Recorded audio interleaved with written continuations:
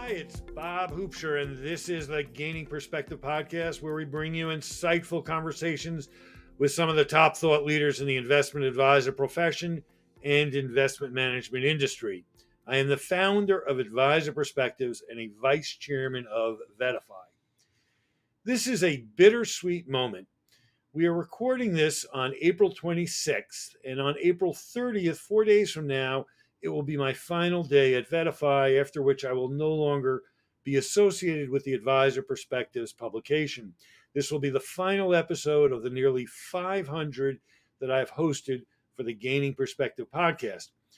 There is no better topic to discuss in this podcast than the state of journalism in the advisory profession, and there is no better person to discuss it with than my guest today. He has said that the profession of journalism exists at its best to inform and occasionally correct the record, to right a wrong, especially an awful thing that is wrong. Those are not my words. Those are the words of Bob Veris, my guest today, who stands at the pinnacle of the journalism profession for advisors. Bob is the owner of Inside Information. So, Bob, before we start, in the off chance that some listeners are not familiar with you or with Inside Information, tell me briefly about your career path and what the Inside Information service offers. Yeah, I was born in my and then I started doing stuff and then, I don't think it's really that interesting a story. I was editor of Financial Planning magazine back in the 1980s and basically resurrected it because it was awful. It was a terrible publication. And since then I've been a columnist for the Journal of Financial Planning, Investment Advisor magazine, Financial Planning magazine, and your Advisor Perspectives publication. And I have to tell you, you were my best editor. And so I'm sad to lose you because most of the editors edited in mistakes or things that I didn't intend to say, and you basically made my articles better, which was nice. I started my newsletter service after I left Financial Planning magazine. It's now in its 33rd year, and it's basically a compilation of 2, 3, 4 articles that I write every month about what I think would be the most important things for professional advisors to know about to help them better serve clients and run better and more productive businesses. And it includes things like marketing yourself to a public that's hungry for planning advice, enhancing your career, and kind of to your point, I consider myself to be a fee-only journalist. I've tried to avoid and eliminate conflicts of interest in my reporting, and everything I do is designed to benefit the profession first and foremost. So one of the things I wrote recently was we'd all be better off if the fiduciary standard was applied to all aspects of our society, and I believe that it starts with me. Well, we share many things, and that is certainly one of them. I appreciate your compliment very much about my editing skill, but you may remember that I've had various people who have edited for me. One of them was a man named Michael Scotchpole, who I'm sure you remember because he edited some of your articles, and he really did a great job. And a little anecdote here: after he worked for me, he went to law school and eventually clerked for Justice Sotomayor on the Supreme Court. So, given the goals of journalism that I stated in my introduction to inform and expose, how do you assess the state of journalism now for advisors? Sadly, say I think journalism overall is at a low point right now, and we can talk about the bigger picture if you want. But in the advisor space, it's a real mess. There are articles written by people who want to sell you something. There's a lot of what I call filler in the trade magazines. And I think the staff writers really aren't imaginative enough to see the big shifts in the profession. They aren't going deep enough to find the most interesting new ideas and experiments. As you know, I review the trade publications and write excerpts from them. And there's not a lot of gold in the middle of the straw. It's a lot of straw and not much. I just don't see very much value in most of what they're putting out. But there are exceptions. I pay a lot of attention to Angie Herbers, Philip Halavev, Michael Kitces, Michael Leibowitz, Alan Roth, Tom Giacchetti. Those are the voices that have stood out, but that's very few compared to what's the massive amount of information we're being deluged with. I generally concur with you. I'll leave advisor perspectives out of the mix now, but I think what you do as a journalist is incredibly helpful to the profession. I think what Michael Kitces does is right up there, and there are a few authors. I would add a few names to the list that you gave. Certainly, Michael Edisis and Bill Bernstein, Larry Siegel, and a few other freelancers that we've used. But you're right. I do agree that there's probably fewer than 10% of the authors who publish across all the publications that are consistently providing good information. A trait of good journalism is to be unbiased. And you've written about this, you've acknowledged your own biases. For example, you're biased for the fiduciary standard. As you said earlier, you have a bias for small firms and small players versus stronger players. How do you balance your pursuit of topics that you choose to write about and the actual writing that you do with those acknowledged biases? It's kind of funny, actually. I try to keep my biases positive and well disclosed. You mentioned a few of them, and I acknowledge those. I feel an instinctive need to correct the arrogance I see with some of the large service providers in the advisor ecosystem, and I call it out when companies are failing advisors or focusing on their own needs rather than their customers. I'm unabashedly a fan of the fiduciary financial planning profession, and particularly as it competes with the wirehouses and the sales culture. So those are the biggest biases in my reporting, and I honestly feel like my readers should be protected from my biases and opinions. And so, sometimes I'll have to put them aside. Sometimes I'll have to disclose them. Sometimes I'll have to write something that annoys me. There are a number of brokers that I think are very good for their clients. And I keep telling them, why don't you go fee only, go independent so I can write with a clear conscience that all brokers are dirtbags. So, but I write an opinion piece at the back of every issue of this inside information, which basically lets me get things off my chest. And that is an outlet that helps. So when I write about trends or advisors doing interesting things or the profession's evolution and best opportunities to prepare and embrace the future, I want to capture the truth and the essence of it and the important details as completely and accurately as I can, and then sound off in a place where it's protected, if that makes sense. And I want it all to be useful to my readers. I've been told my writing is entertaining and fun, and I think nobody wants to churn through turgid prose to find out the things they want to know. There is a lot of turgid prose that we have to consume if you read the full gamut of publications that are sent to advisors. I mean, I agree with you. Look, there's no one that's going to be in any profession, certainly not a journalist, who doesn't come at it with some biases. And the fact that you're taking the pieces where your biases are most prevalent and putting them in your parting thoughts makes it very easy for readers to understand what separates opinion from analysis. Um, and I have my own bias. I mean, I'm on the advisory board of the Institute for Fiduciary Standards, so I'm completely aligned with you on the goals of achieving a broad fiduciary standard across the profession. Um, but there are other conflicts which we're going to come to in a couple of minutes here. But I commend you for the way that you approach that issue. One of the forces that you've written about is that with the growth of online media, publications are incented to deliver content that drives the most readership, and that as a result contributes to groupthink. You've accused publications of becoming click whores and shills. Those are your words. To what extent do you see that in the publications that serve advisors? And I'm not going to hold back now. The whole alleged profession of journalism is a total mess right now, and I can't say that strongly enough. Now, I have to say, journalism is not a profession, and it never was. It used to be a bit more idealistic, but and we'll get into that, what shifted. But back in the 1990s, I stopped doing interviews with the consumer press because I thought they were hopelessly conflicted by the advertisers to the point where they didn't even realize that their whole ethos was about promoting the products of the advertisers that they were doing. Plus, they asked really dumb questions, so that had something to do with it. But then I think things started to really go downhill with social media. Social media was, it used to be, you didn't really have a choice what you consumed with. There were three TV channels and they gave you the news as they saw it and they didn't deviate much from each other. But with the social media, things became a lot more participative. People more than ever before could customize their consumption of journalism and information. And that means they could define their own view of what was right and wrong and then choose only to listen to the voices that confirm that view.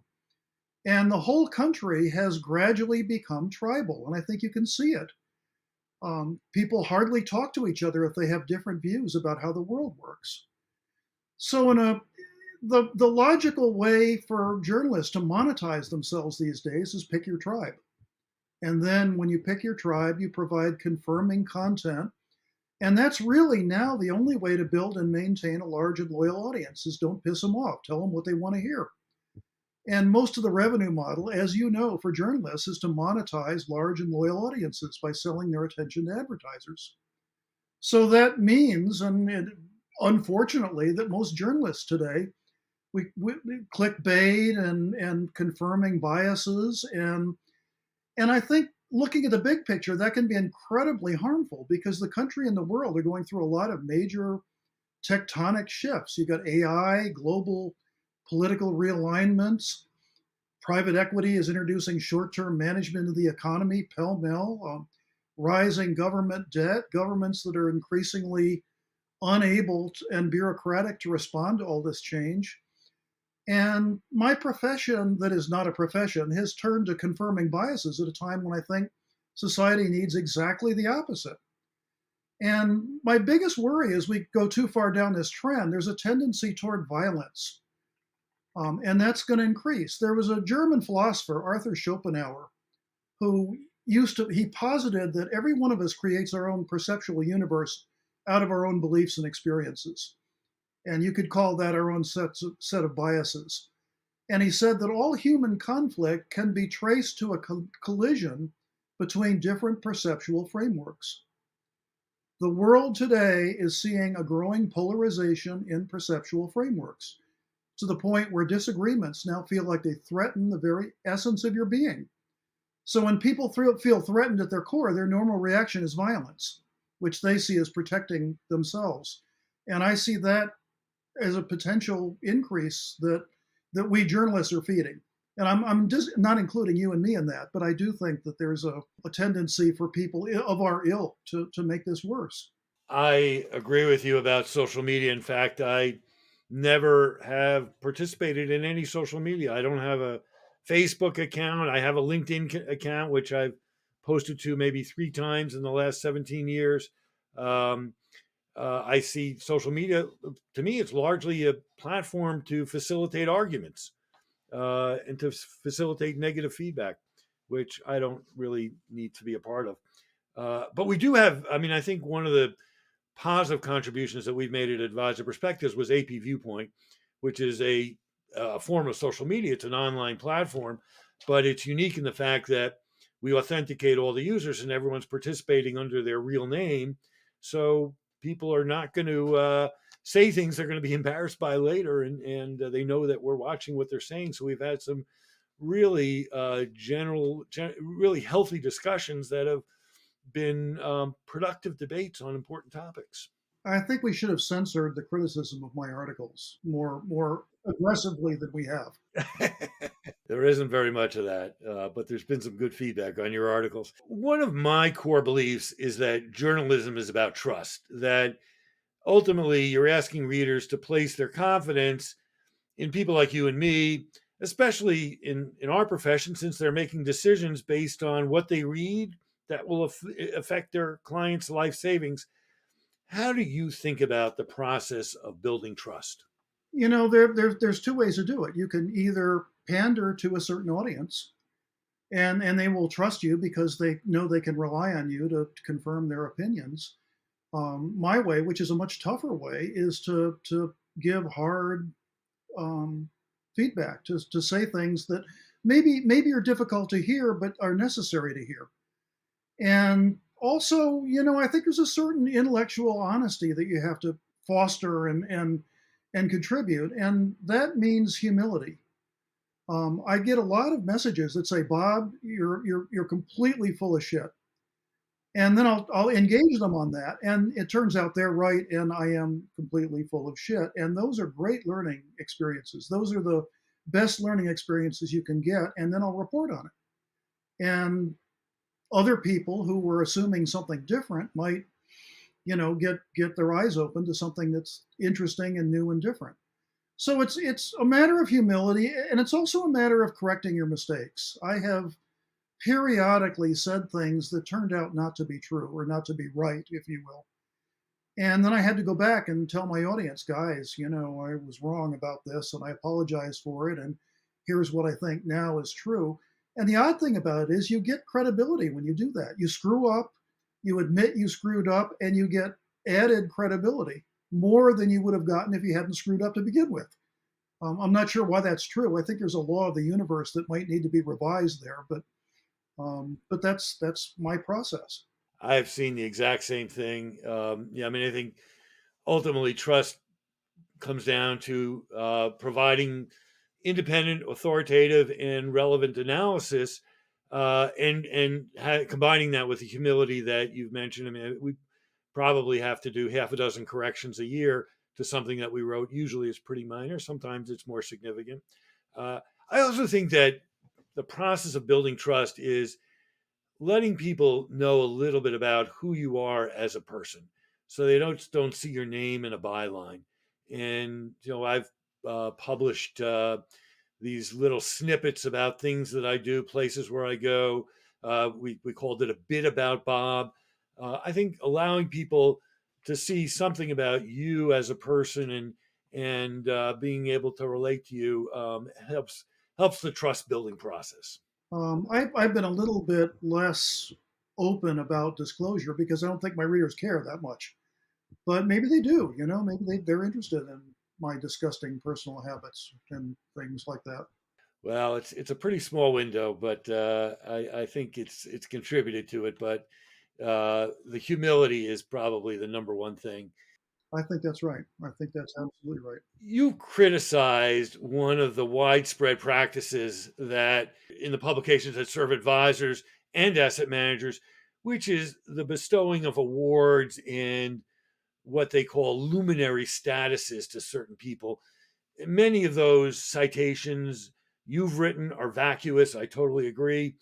They're nothing more than a pay to play scheme to get the recipients of those awards or the people who are named luminaries to pay to come to some expensive awards dinner.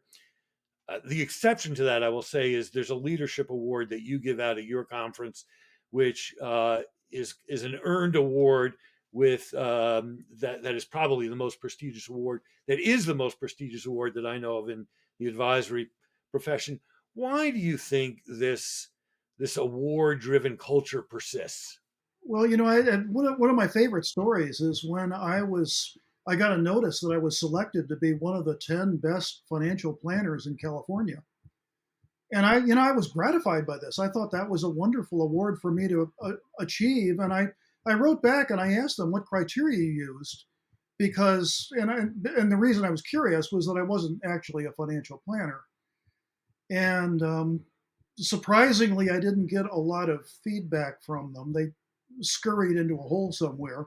But later I saw about 10 or 20 different people at various times boasting about the fact that they had been named one of the top 10 financial planners in this or that state. And I know that they paid for that because I was solicited to pay for it. So giving awards, any kind of social proof that you can manufacture for a fee can be lucrative, and I understand that. We give out the leadership award every year because my wife is a financial planner and she got tired of me complaining about this award or that award that was given to somebody that had contributed nothing.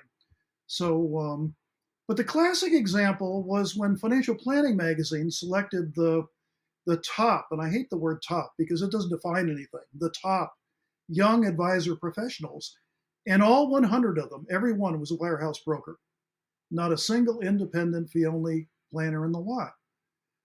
So then, Investment Advisor magazine came out with this Luminary Award. And the first year I kind of gave it a pass because I didn't really understand what it was. And but I started getting some complaints from some of the finalists. And there were I might be exaggerating a little bit. There were about 1 million finalists. And they filled the entire magazine. They darkened the skies. And some of them were complaining about how they'd been solicited for these expensive promotional packages. So I called Investment Advisor magazine and I did an interview and I asked them, what do you have to do to be a luminary? And they said, well, you could be a luminary. Just nominate yourself. And I said, well, I'm not sure that I would qualify as a financial planning. Oh, there are many categories. You can qualify in this or that category. And I said, well, so let me make sure I understand this. I can nominate myself and I could become a finalist. Well, yeah, that's. So they were basically rubber stamping people, and then, or they could have a PR team nominate them, and so then they would get a package of promotional materials that they could buy, which would tout their status as a luminary finalist. And basically, what it was they were creating a mailing list, so they could sell this package of material. And silly me, I thought that was basically not a, process with integrity. And then they were charging a lot more money to attend the Luminary Finalist Dinner in New York. And, I know what dinners cost in New York, and they're not inexpensive, but they don't cost, thousands and thousands of dollars. And so I wrote what seemed to me, I wrote that it seemed to me to be a marketing racket and suggested that advisors ignore somebody who's touting their status as a luminary finalist. And the magazine threatened to sue me. And I asked them a bunch more questions, and they didn't want to answer any of those questions. And so they finally went away and gave it. So I give out an award that I think really means something. We gave an award to Harold Avansky and Mark DeBurgeon and Angie Herbers and Jim Shambo and Lyle Benson. And those are all people that have spent their careers moving the profession forward. And none of them were ever nominated to be a luminary, as far as I can. I keep saying I'm going to give myself the award someday, but the truth is I haven't been good enough to earn it yet. Well, if I were allowed to nominate someone, Bob, it would be you. Yeah, well, but I'd have to find somebody better. That's the integrity thing. I want to correct one thing. Jean, your wife, is more than just a financial planner. She plays a big role in organizing your conference, and I'm sure contributes in many ways to inside information. So, Yeah, she does, and she was also a NAPFA board member, and yeah, she's maybe we'll give her the award someday.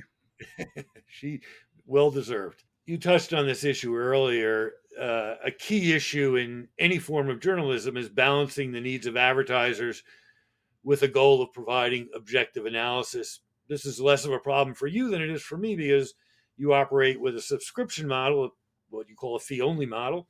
But you do have vendors who pay you to exhibit at your conference. So you've got that issue a little bit. How do you approach this?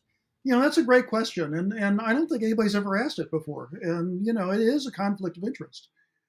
But the way I addressed it was the most direct way I could think of.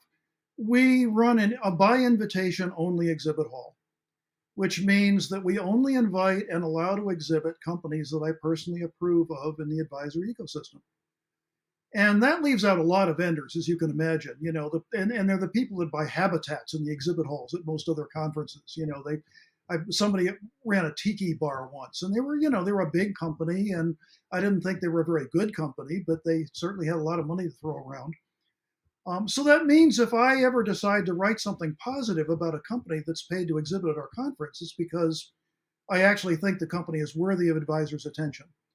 And that leaves me free to write negative articles about companies that aren't paying me, that aren't paying me, and feeling like I have some lingering obligation to promote them. I was in your shoes. I was the editor of Financial Planning magazine, and advertisers would come and say, "It's time for you to come across with some editorial." And I'd say, "Well, we could write about you, but I can't guarantee it'll be positive." And we didn't write positively about some of our advertisers because they were not. Some of them went out of business and cost their investors billions of dollars. We won't get too deeply into that. But the whole issue came up when I wrote about the problems that Schwab Advisor Services was having with their horrible conversion with TD Ameritrade advisors. Schwab, I had never invited Schwab to our exhibit hall at our conference, and I felt free to publish all the glitches and problems that advisors were telling me about. And it ran to 25 pages. I didn't feel any conflict at all about writing about the trauma that advisors were going through because I was not being paid. And if I had been paid, I would have felt, they're giving me money and I'm writing about this. That would have felt awful. Icky is the word I use.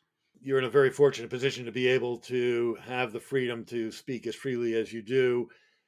Uh, yeah, and I feel this pressure all the time. I've dealt with it in a couple of ways. One is that we have this totally separate portion of our service where we just let asset managers put up their market and economic commentaries. We don't do anything to it. We don't edit it. We just give them the distribution, the syndication of it. So we're providing that service to them.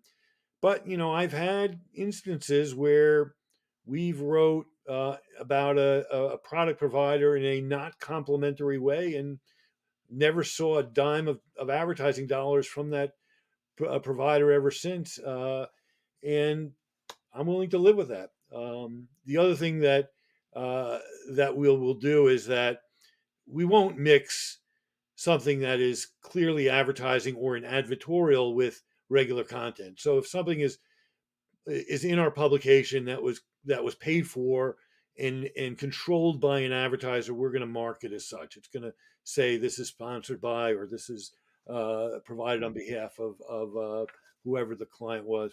But I will tell you an interesting story. We This was about a year ago. I was given a guest contribution, a terrific article about a real estate investment trust that was being offered by one of the largest investment banks in New York. I won't say who it was.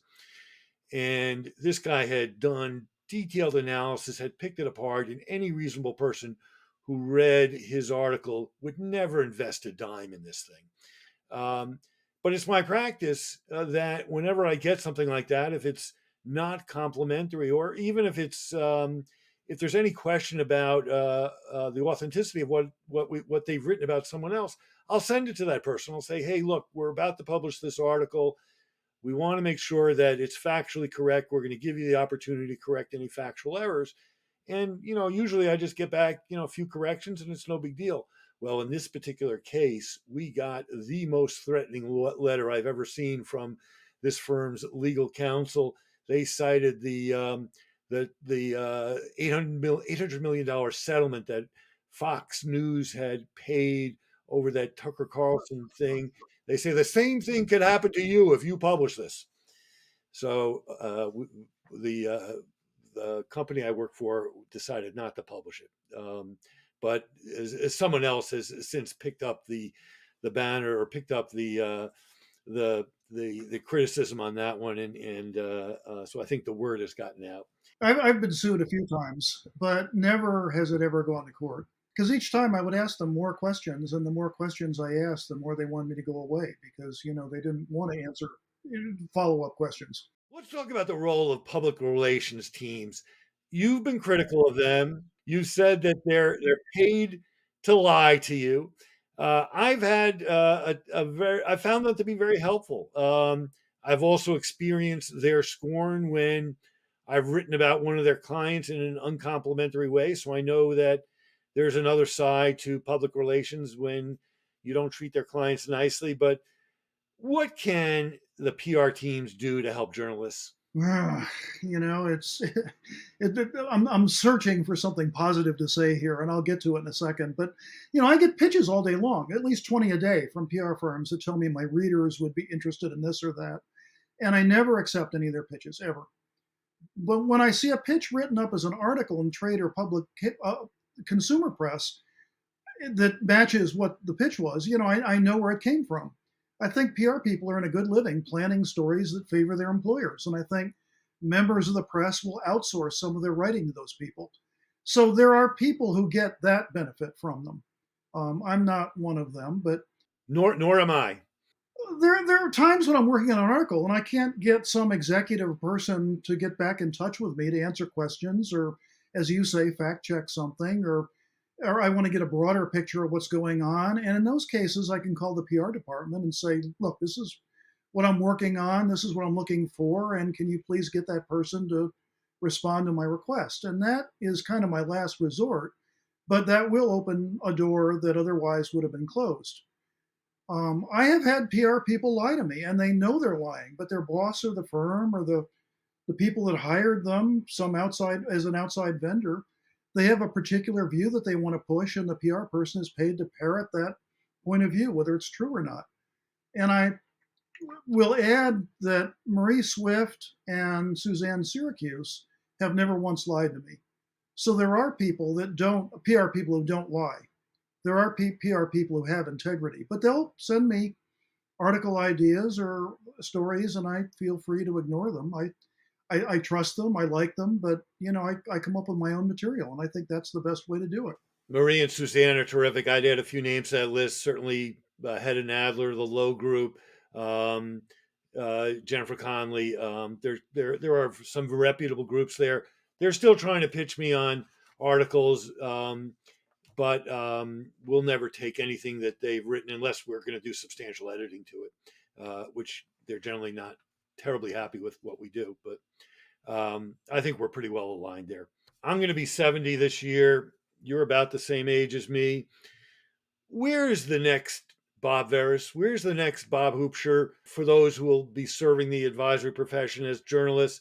And what do you see more broadly as the future for the journalism profession serving advisors? I think that right now you'd have to call us a vanishing breed. I think the economics and incentives have dragged the profession, or the alleged profession of journalism, in a dangerous direction, in a bad direction. But these things tend to move in pendulums. I think there's going to come a time when there's a I don't know, there's a much longer version of this story, but the short version is that right now we're at one edge of the pendulum. Right now, what we're seeing in our society is more polarization than the system can tolerate. That can't last. And so I think at some point there's going to be a breaking of the model. And once the model breaks, there's going to be a lot of people trying to find a new way to do things. And some of them are going to land where we are. Some of them are going to say, I'm going to try and be objective. I'm going to try and give good information. And I don't care if people don't like what I say. I'm going to say it anyway. And those voices at that point will stand out among the scattering of people who are looking for a model. And so I think eventually we're going to get back to that, but I don't think that's going to happen soon. I think we're still a little ways away from the breaking point, and then after the breaking point, there's going to be a lot of soul searching in the profession. Um, and when we would get together over a glass of beer, we can talk about my experiences with some of the members of the consumer press over the years. But I think the way that people do journalism has strayed so far from the ideal that it's going to be hard for people to find their way back. I hope you're right, and I hope that break in the pendulum and the swing back in the other direction happens sooner. But I haven't really seen a lot of new voices that are dedicated to journalism lately. I've seen new voices in terms of authors that we've published, and I'm sure that you're aware of, but no one who's really taken up the standard of a journalist. If there's one key takeaway that you would like to leave with our audience of advisors about how they can most effectively consume reliable and objective information about the advisory profession, what would that be? I honestly think that people in this profession are far too willing to give their attention to information outlets that don't deserve it. I hear people say they read the trade magazines cover to cover. They have a pile of magazines next to their desk and they feel guilty that they haven't gotten to it.